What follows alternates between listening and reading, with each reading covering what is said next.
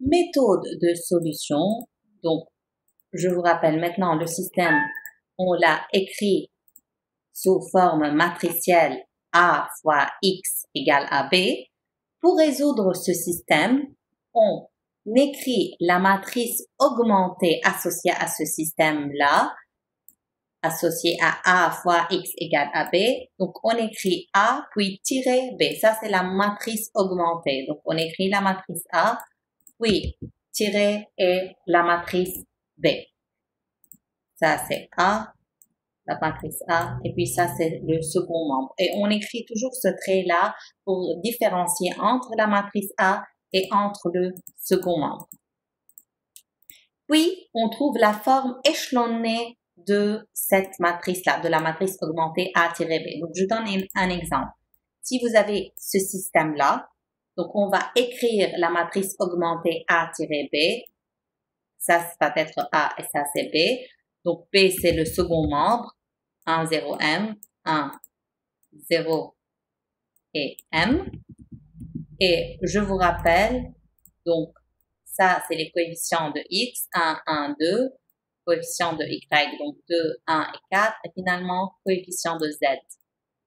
Ou bien même, vous pouvez voir, ça, c'est la première équation, ça va être X plus 2Y plus 3Z égale à 1. Ça, c'est la deuxième équation, X plus Y plus 2Z égale à 0, coefficient de X, coefficient de Y, coefficient de Z. Puis finalement, coefficient de X, coefficient de Y, coefficient de Z égale à M. Donc, si vous faites la forme échelonnée de la matrice augmentée, on ne va pas faire les étapes, je vous laisse le calcul, vous allez arriver à cette matrice-là, A-B. Donc, on retrouve les équations. La première équation va être X plus 2Y plus 3Z égale à 1. Pourquoi? Parce que 1, c'est le coefficient de X, 2, c'est le coefficient de Y, 3, c'est le coefficient de Z, et ça, c'est le second membre.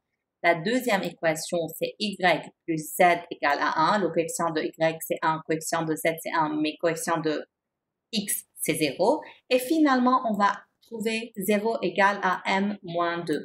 Donc, cela veut dire que le système initial, il est équivalent au système qu'on a trouvé à partir de l'échelonnement de la matrice augmentée. Et c'est comme ça qu'on fait pour résoudre un système d'équations dans ce chapitre-là. Donc, vous avez le système, vous passez à la forme, à l'écriture matricielle de ce système-là et vous écrivez la matrice augmentée A-B, vous trouvez sa forme échelonnée et puis vous pouvez trouver une forme plus simple de cette matrice-là, de ce système, du système initial. On trouve finalement un système plus simple que le système initial.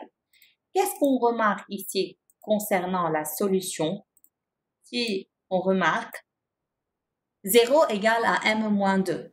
Donc, si M égale à 2, dans ce cas, on aura 0 égale à 0, donc il n'y a pas de problème. Mais si M est différent de 2, on aura 0 est égal à un nombre qui n'est pas nul. Donc, dans ce cas-là, c'est impossible et le système ne sera plus consistant. Donc, le système, il est consistant si et seulement si M moins 2 égale à 0, donc M égale à 2. Donc, dans ce cas-là, le système initial n'est autre que deux équations à trois inconnus. Donc, dans ce cas-là, forcément, on n'aura pas une solution unique, on aura infinité de solutions. Donc, théorème, chaque système, on a dit, soit il n'a pas de solution, donc système impossible, soit infinité de solutions, soit solution unique. Et cela, on peut le trouver en comparant le rang de A avec le rang de la matrice augmentée A-B. On a trois cas. Donc, si le rang de A est différent du rang de AB, le système n'est pas possible. Donc, ça, c'est le cas précédent. Le rang de A dans cet exemple-là était 2. Mais si M n'est pas 2, si M est différent de 2, le rang de A-B, ça c'est le A-B, le rang va être 1, 2 et 3. Donc, lorsque M égale à 2, dans cet exercice-là, le rang de A va être égal à 2, va être égal au rang de A tiré B. Donc, mais si M différent de 2, donc le rang de A, c'est quoi? C'est 2, mais le rang de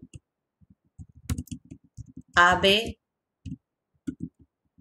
c'est 3, parce que M est différent de 2. Le rang de AB, c'est 3. Donc, on n'a pas de solution. Le système, il est pas possible. Donc, ça, c'est le premier cas. Mais si le rang de A, il est égal à rang de AB, donc dans ce cas-là, le système a une solution. Le système, il est consistant et on a deux cas possibles. Si le rang de A égale rang de AB égale au nombre d'inconnus ou bien le nombre de variables, dans ce cas-là, on a une solution unique.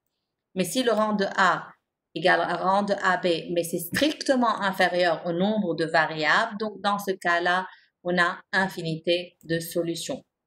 Donc, si on reprend le cas précédent, on a trouvé, si M égale à 2, on a le rang de A égale à 2 égale à rang de AB, mais dans cet exercice-là, on a 3 inconnus qui étaient X, Y et Z. Donc, le rang de A égale à 2 égale au rang de AB qui est strictement inférieur au nombre d'inconnus qui est 3.